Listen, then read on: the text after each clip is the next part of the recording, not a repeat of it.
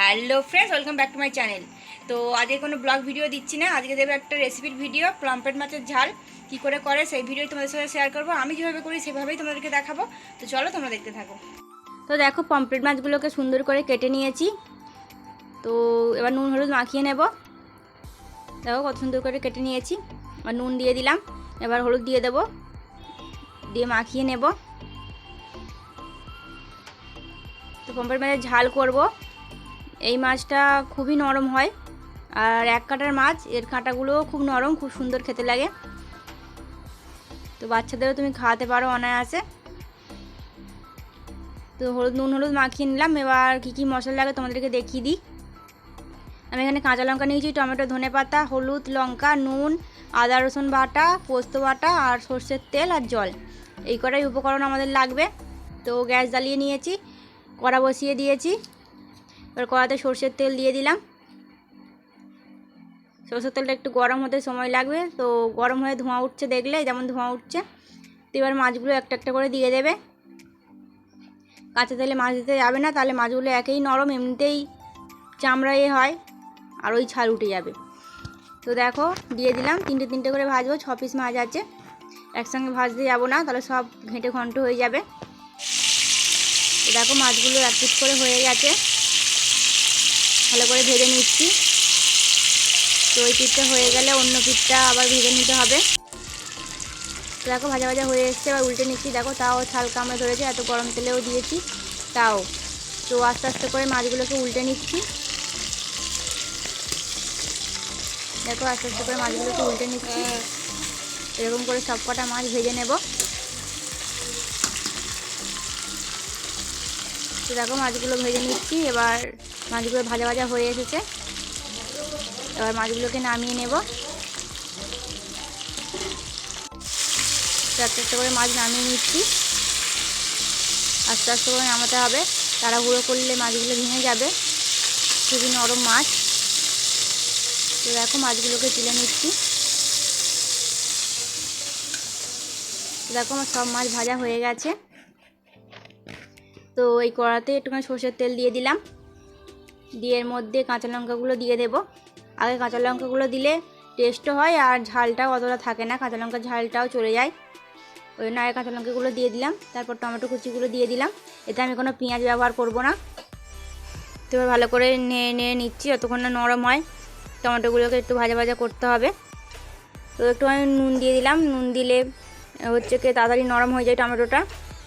তো ভালো করে নেড়ে নিচ্ছি। টমেটোটা নরম হয়ে গেলে তারপরে মশলা দেব। তো দেখো টমেটোটা নরম হয়ে গেছে অনেকটা। তো এবার আদা রসুনের পেস্টটা দিয়ে দিলাম, একসঙ্গে বেটে নিয়েছিলাম। তো এতে আমি কোনো জিরে ধনে এইসব গুঁড়ো ফুড়ো দেবো না, শুধু সিম্পলভাবেই রান্না করব। আমি এভাবেই রান্না করি, খেতে খুবই সুন্দর লাগে। তো দেখো মশলাটা কষে কষে এসছে। দেখো যখন দেখবে তেল ছেড়ে গেছে, জানবে মশলা কষানো হয়ে গেছে। তো তেল ছাড়া অবধি অপেক্ষা করতে হবে। তো দেখো আমার মশলা কষে গেছে। তো এবার এতে দিয়ে দেবো গুঁড়ো মশলাগুলো। নুন দিয়ে দিয়েছিলাম, যেটুকু নুন আছে ওইটুকু নুন, হলুদ আর হচ্ছে কি লঙ্কার গুঁড়ো, তিনটেতে একটু জল দিয়ে দিলাম। দিয়ে আর একটু নেড়ে নিয়ে, মানে গুলে নিয়ে আর ওতে দিয়ে দেব। গুলে দিলে মশলাটা কামড়ায়ও না কড়াতে, আর কালারটাও ভালো আসে। তো ওই জন্য জলে গুলে দিলাম। তো দেখো এবার নেড়ে দিচ্ছি ভালো করে, সব কিছু মিশিয়ে নিচ্ছি একসঙ্গে। তো দেখো মশলাটা কষিয়ে নিচ্ছি ভালো করে। এই মশলার থেকেও তেল বার হবে, তারপরে জল দেব। তো দেখো এই মশলা থেকেও তেল ছেড়ে গেছে, কত সুন্দর গ্রেভি মতন হয়ে গেছে। তো এবার ধনে পাতাটা দিয়ে দেবো, ধনে পাতা কুচি কিছুটা দেবো, আর একটুখানি রেখে দেবো সামান্য। তো দিয়ে দিলাম ধনে পাতা কুচিটা, দিয়ে ভালো করে নিয়ে নিলাম। তো মশলা কষানো হয়ে গেছে, এবার এতে জল দিয়ে দেবো অল্প করে। তো জল দিয়ে তারপরে আবার বেশি করে একটু জল দিয়ে দেবো। তো অল্প করে জল দিয়ে দিলাম। তো দেখো মশলাটা ভালো করে কড়া থেকে ছাড়িয়ে নিচ্ছি। ছাড়িয়ে নিয়ে এবার বেশি করে জল দিয়ে দেবো একটু, মানে পরিমাণ মতন, বেশি বলে একেবারে ঝোলের মতন না, পরিমাণ মতন জল দিয়ে দিলাম, যাতে আমার মাছগুলো মানে ডুবে যায়, সেরকম পরিমাণ জল দেব।